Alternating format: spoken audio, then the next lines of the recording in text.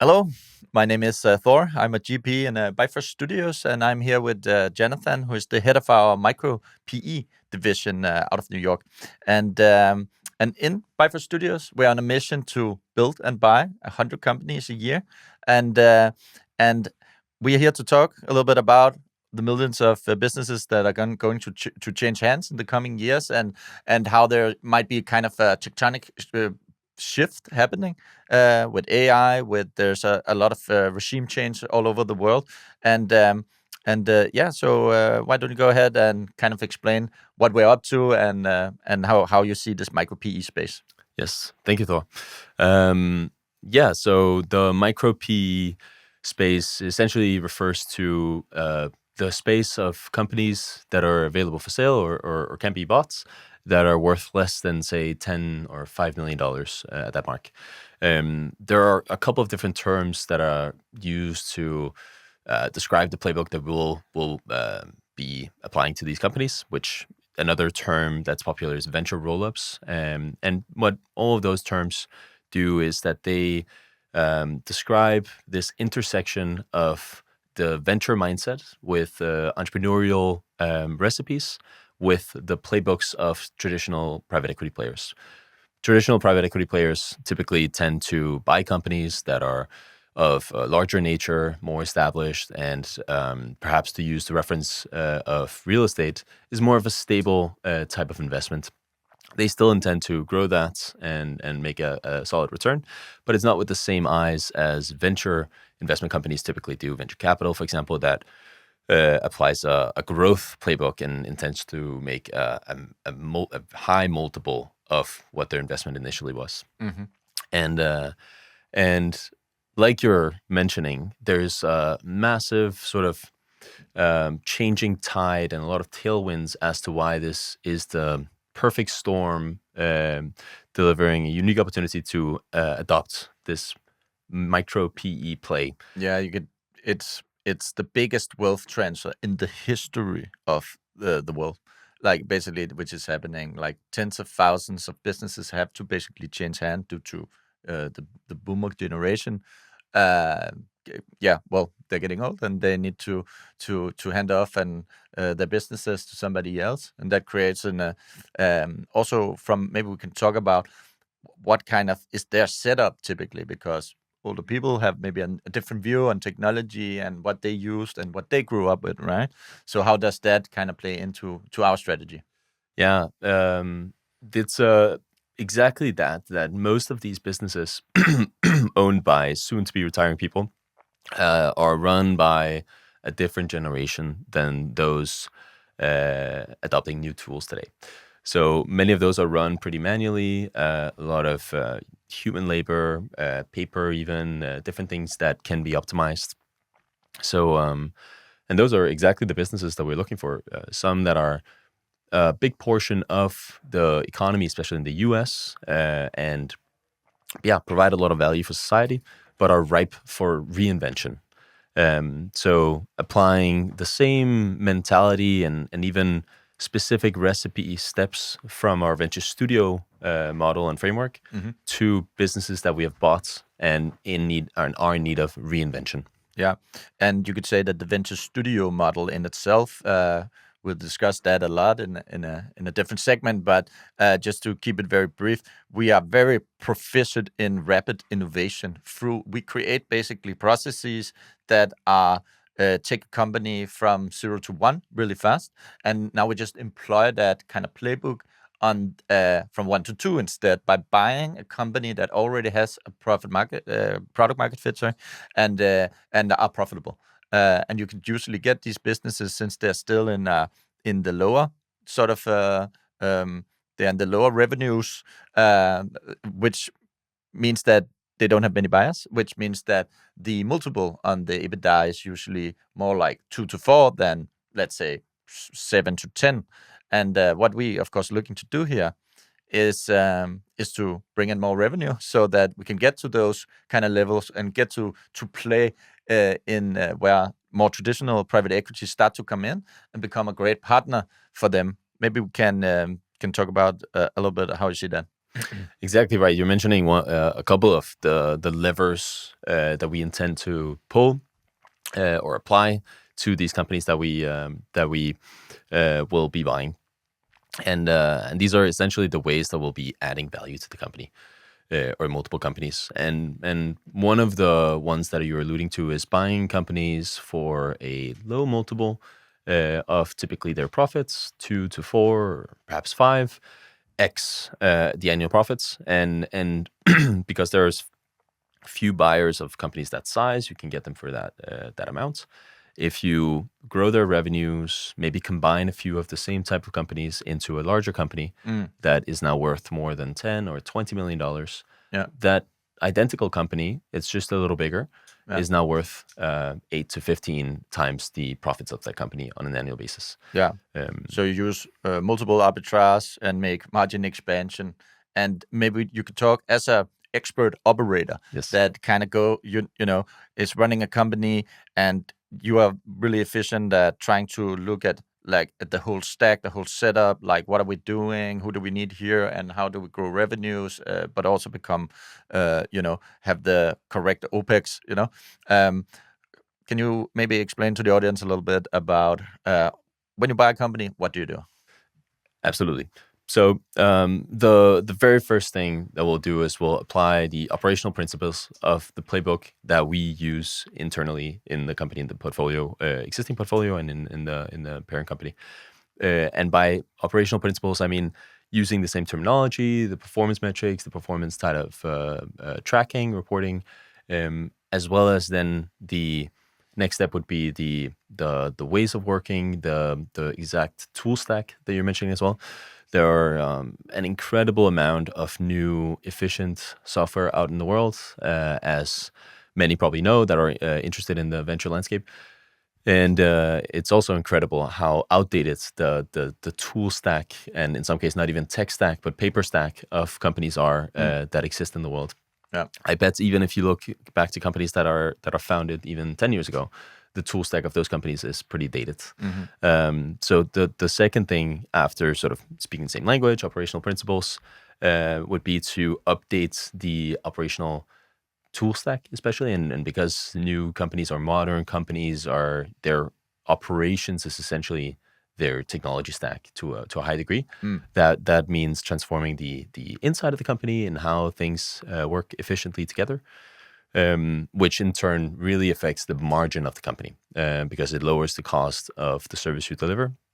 And then at a second layer, you can also, especially if these are companies that are not performing necessarily a digital service towards their clients, you can digitalize the relationship with the customers, or in some way enhance, even if it's sheer notifications or different other digital things, towards the outer layer, like the customers, the other stakeholders involved in a company.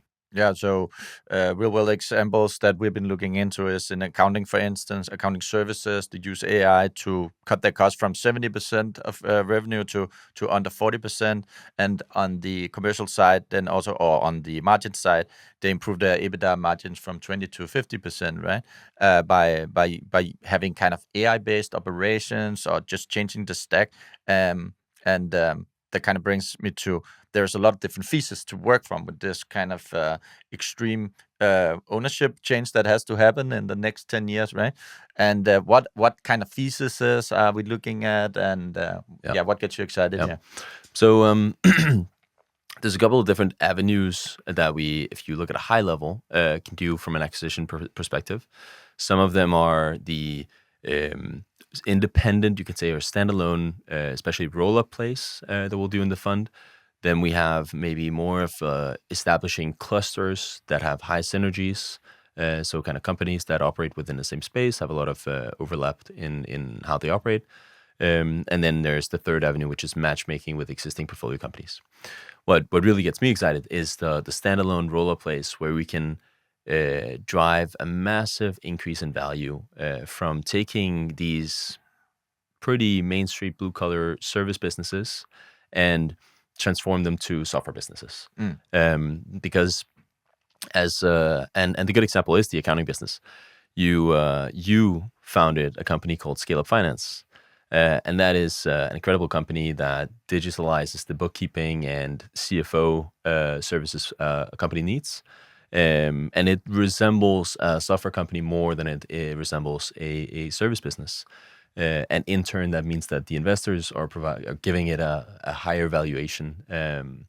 And exactly what you've done with that company could be done with acquiring existing accounting practices, rolling them up to have a larger company with more customers of their own, and meanwhile, concurrently with that, digitalizing both the internal ways of working as well as the relationship with the customer to make it more resemble a software business. Yeah, so it's part kind of the old PE playbook, if you would, cut cost and then but then on the other side also saying how can we tech enable something, but how can we not only clean it up and make it more efficient? How can we fundamentally change the value drivers in the company, or rather maybe boost them in such a way that both revenue goes up, but profit margin is also go up, right? Yeah. And that is what makes it interesting. And if you then have, you could sort of say, we can buy companies that has that are playing and a place that are not interesting due to fund economics of larger funds. Does make sense to kind of operate here, but because we are sort of craftsmen, we can go in and as entrepreneurs and say, we don't mind that on the traffic light that there are some red and some yellow, and as long as it's profitable and it has something, it might be that in our analysis that we can find out, we can fix this, we can fix it, we can build a new brand, we could have new go-to-market strategies, new markets in themselves, and clean up things in a much more technological way than a normal PE fund would do, or rather also than another acquirer would typically just be more like a one person or family would be able to do, by kind of fusing what we have from our Venture Studio playbook and our kind of collection of tech entrepreneurs, and then using this sort of private equity approach, right? Exactly. It's the perfect intersection between all of the skills that exist in the venture world, and especially the platform of services and functional expertise that we have at Bifrost, with what's already working from the private equity side, you could say, and looking at all the established businesses that are successful on their own already. And it's very interesting also how this can compete with new builds as well, reinventing some service businesses. In some businesses, there are slow customer adoption cycles. So it might even be a quicker way to gain market share, to acquire businesses that exist in the market with the client relationships, as opposed to building a radically innovative new service platform, doing exactly what those service businesses already do, but naturally, organically gaining market share. So there's sort of a shortcut right here available for the taking. Do we, a leading question here, but we were talking about Teamshares and Metropolis and Patient 21. Maybe you can just, before we round off here, talk a little bit about other kind of similar setups. Maybe they're not exactly the same, and we obviously hope that we can do something very extraordinary here with our mix of PE, Venture Studios, tech enablement, and all that. But maybe we can talk a little bit about what have you seen in the market and what has worked out for other setups. So it's very interesting and a great question. The roll-up strategy in itself is nothing new. It's an age-old concept. There are different companies such as Teamshares that are operating at a lower and lower enterprise value. They're kind of going down into the micro segments. They're still applying what is more of a traditional private equity playbook. Then there are companies such as Constellation Software, who have been playing for 30 years in the space of buying up vertical software solutions, and not doing terribly much to transform them, but just putting them into a holding company. And these are also businesses that can be fairly small. A good example of someone that has done more to transform an industry is Metropolis. Metropolis was initially founded as a computer vision software service for parking spaces or parking owners, to basically expand the margins of the parking owners' business by eliminating the need for physical staff on sites and different other things necessary for people to come and park and make their payments. But the owners there met resistance from the clients, the parking spot owners in the industry, because they are conservative people that have slow adoption cycles for new technology. And so Metropolis started buying up parking spaces themselves. And so they have this sort of dual parallel business where they both have the latest, greatest software system to operate parking spaces, but they also actually operate as parking space owners. Yeah. And they gain incredible value from doing both of those at the same time. Yeah, cool. That's a great case study, and I guess that another thing it just made me think about was that even without doing all of the tech enablement, just from purely being the one that are okay with buying these smaller companies at low multiples, rolling them up, and just for if there's anybody in the audience who don't understand what that means, basically mean that you have a platform company that is kind of your best company that has maybe the best brand, the best multiples, and then you say, here is a similar company. It can operate under the same principles in the same sort of vertical, and we now put their business into the business of the role of the company, right? That it gets rolled into the platform company, and then you'd say, okay, one of them has 10 EBITDA multiple, and one of them has maybe 4. Now it has 10 because it has been rolled into the company. But you could do this with only low, you could say, multiple companies in this micro P space, and then come a kind of if you can operate the backend as they did, for instance, with the Metropolis example, where they say, okay, if we have this backend for all of it, we can kind of streamline, our whole kind of operations. If you can find some of these kind of cases, then you can do the same and then kind of package it.